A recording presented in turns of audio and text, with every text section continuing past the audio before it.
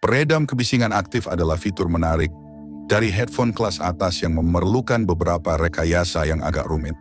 Headphone seperti ini mampu menghilangkan atau menghancurkan kebisingan yang tidak diinginkan, yang dihasilkan oleh lingkungan eksternal. Sementara secara bersamaan memutar musik atau audio yang diinginkan yang dikirim dari telepon pintar Anda. Singkatnya, headphone seperti ini melakukannya dengan menggunakan mikrofon untuk mengukur kebisingan yang tidak diinginkan yang dihasilkan oleh lingkungan, dan kemudian menghitung gelombang anti suara.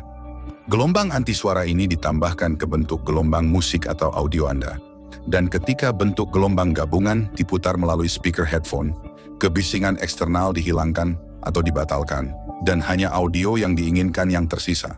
Itulah prinsip dasarnya, tetapi ada banyak rekayasa rumit yang mendukung peredaman kebisingan aktif. Untuk lebih memahami rekayasa, lebih mudah untuk memvisualisasikan gelombang suara.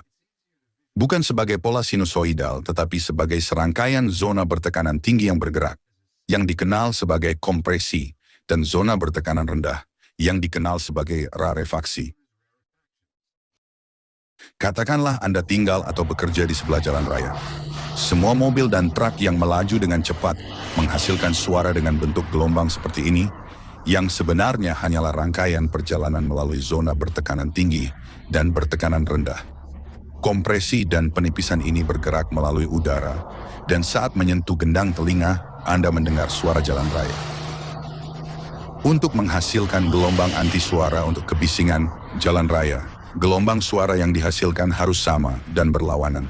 Maksud kami adalah untuk setiap zona tekanan tinggi dari kebisingan, zona tekanan rendah perlu dibuat, dan untuk setiap zona tekanan rendah dari kebisingan, zona tekanan tinggi perlu dibuat. Kebisingan dan anti kebisingan bertemu, dan ketika zona tekanan rendah dan zona tekanan tinggi bertemu, atau sebaliknya, keduanya berada pada rata-rata area tersebut, sehingga menghilangkan kebisingan dari jalan raya. Ada beberapa tantangan teknis dengan solusi ini.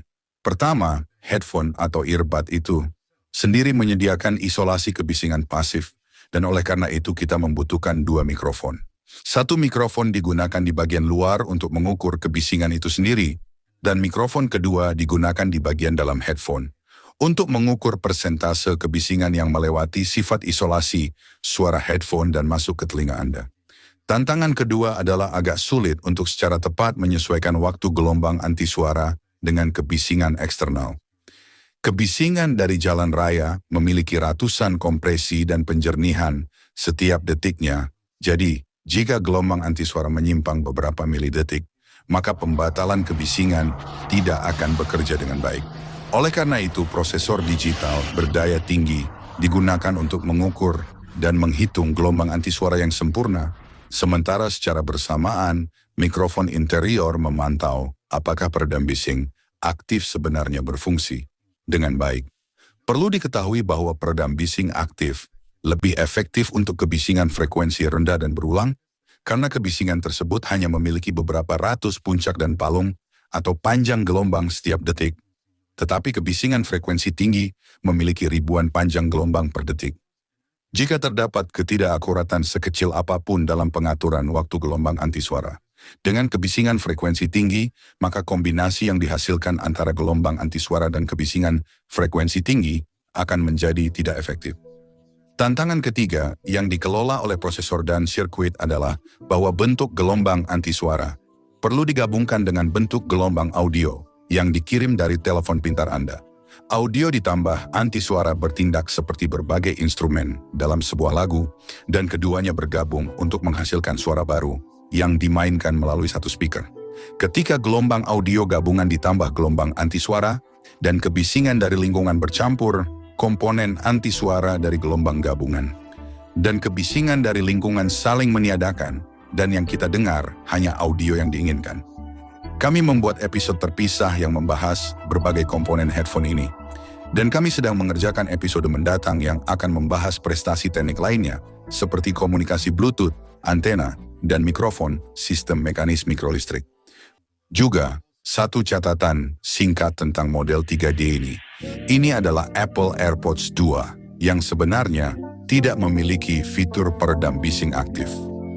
Untuk memodelkan bagian dalam headphone ini, Kita harus mendapatkan gambar terperinci dari setiap komponen, yang seperti yang Anda lihat bisa jadi agak merusak.